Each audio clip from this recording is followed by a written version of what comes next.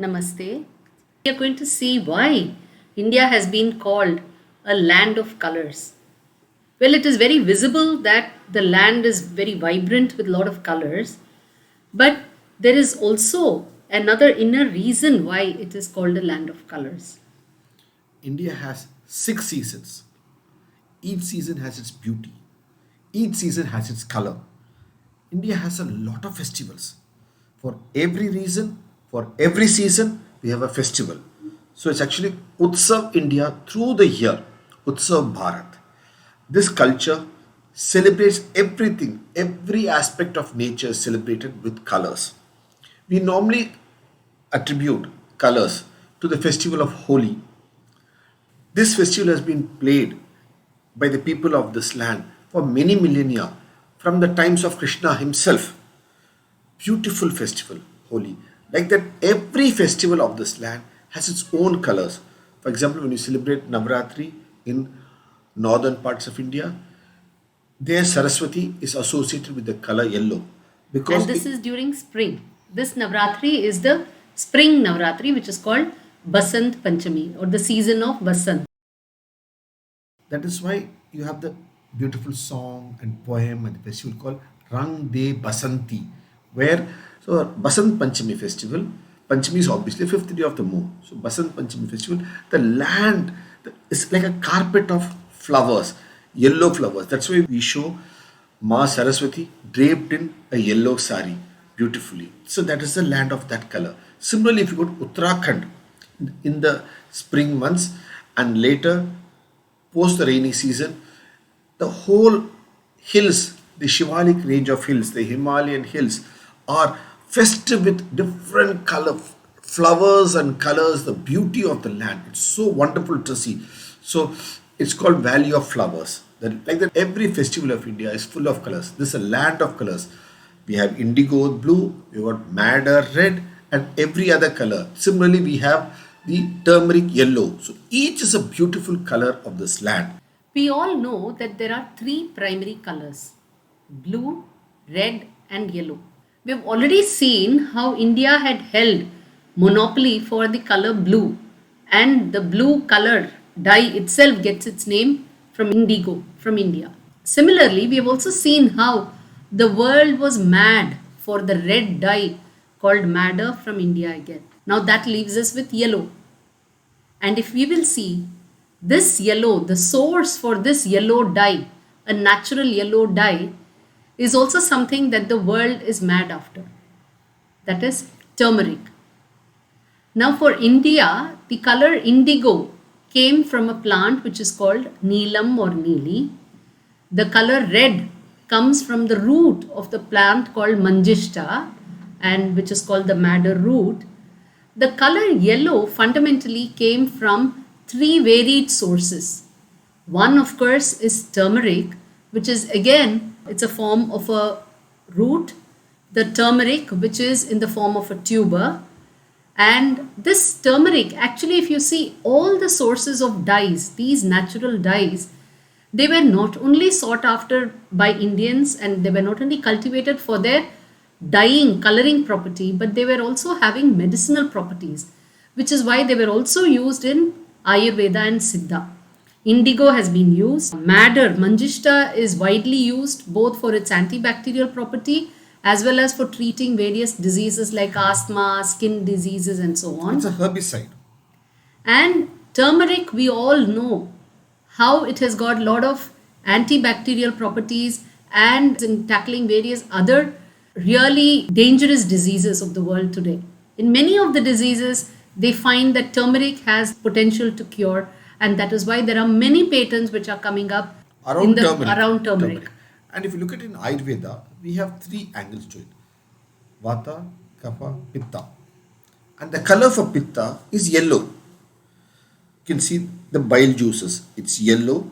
So again, you see it's in the dyeing area where for texture, for cloth, for organic dyes, for natural colors, for painting, you use this as well as in Ayurveda. See, both for our body and for the body of this earth. For both it is This used. pitta, the color, the name for the color yellow, one you can see in the name given to bile juices, which is pitta. It is also the color that has draped Krishna. Krishna is associated, the color for Krishna, this, for his dress, for his clothes, is Pitambara.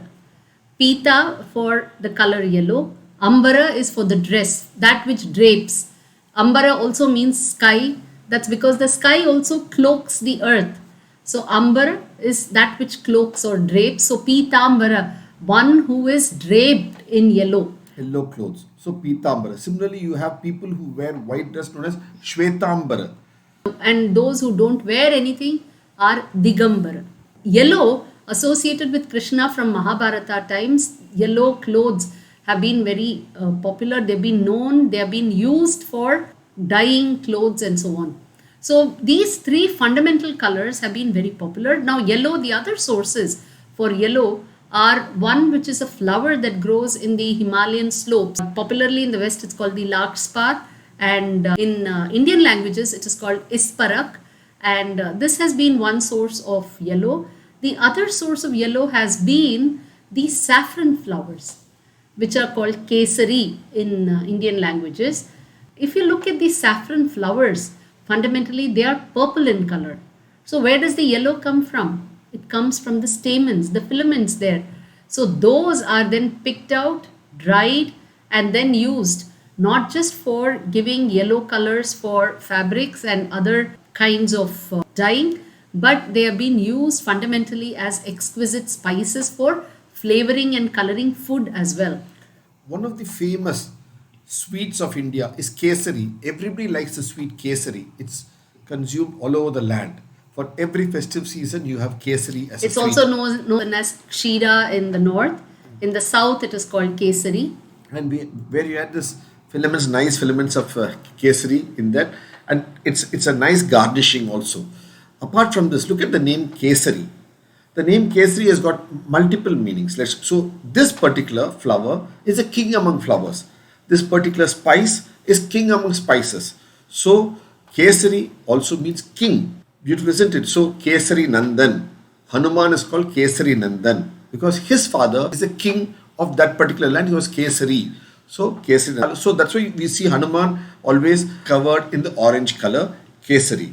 Apart from that, when Lokmanya Balagangadhar Tilak started his paper to get across to people, he called it Kesari because he wanted to show bravery, strength. So he called it Kesari. And look at the lion, the king of the forest, the lion king. What do you call it? Kesari. Call that. So lion is called Kesari. Look at that. From India, this word Kesari has traveled to different parts of the world. And you find this wonderful connection between the Kesari in India for king, and in German language, a king is called Kaiser. So an anointed king is Kaiser. And from there it goes to Dutch and thereon to Scandinavian countries where it is called Koenig.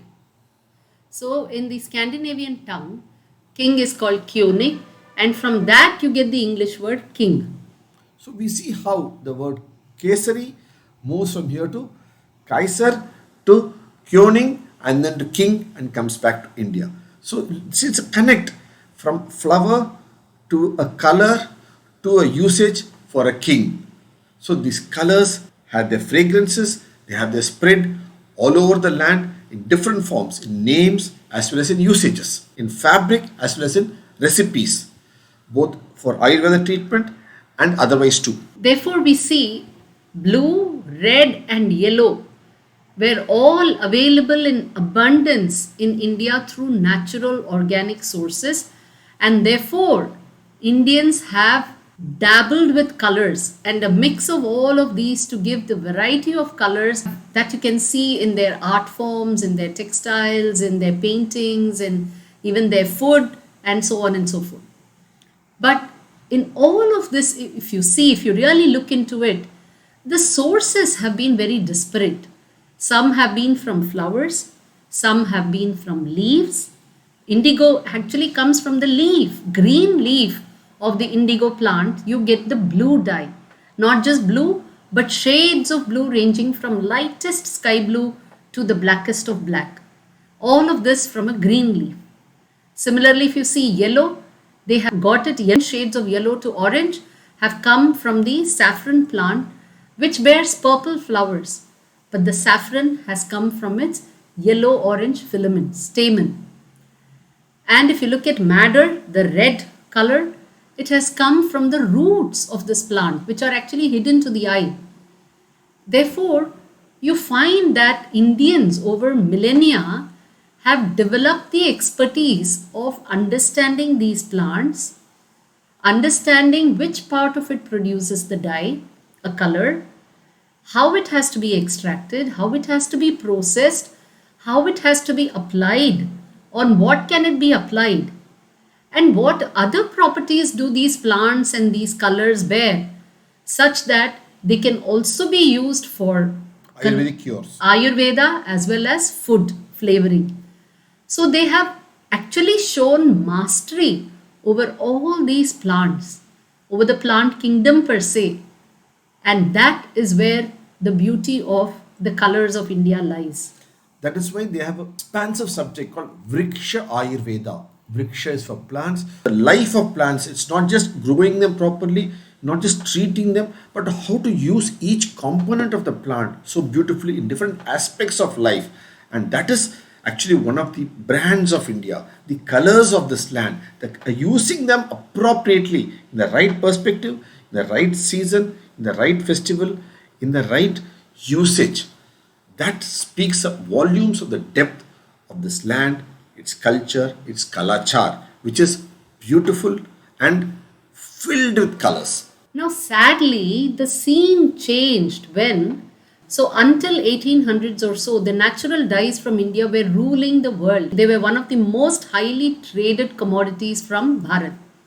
But since the late 1800s and early 1900s, when Europe started synthesizing red from inorganic substances and they started synthesizing the blue, they no longer needed those plants which were local for regions such as India and around it.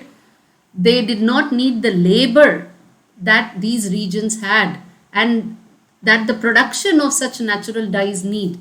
So they could do away with the plants, they could do away with the labor, because they now had the technique of producing these dyes synthetically from chemicals, and that did not need much labor, that could be produced through the year round, and with that was killed the skilled dyeing industry of India.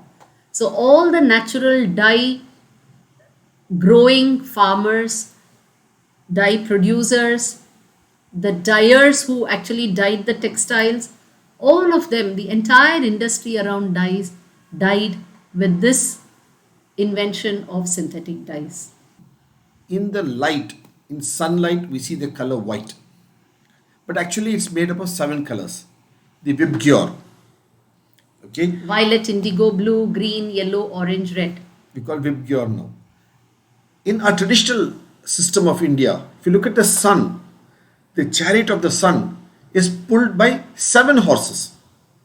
And each of these horses has a name, and there's name associated with the color of the horse. So it brings out the 7 colors. So we knew, while we can see the sunlight as white, we also knew that it had 7 distinct colors, which we showed as a 7 horses and gave 7 names, distinct name for the horses, which were attributes of that color.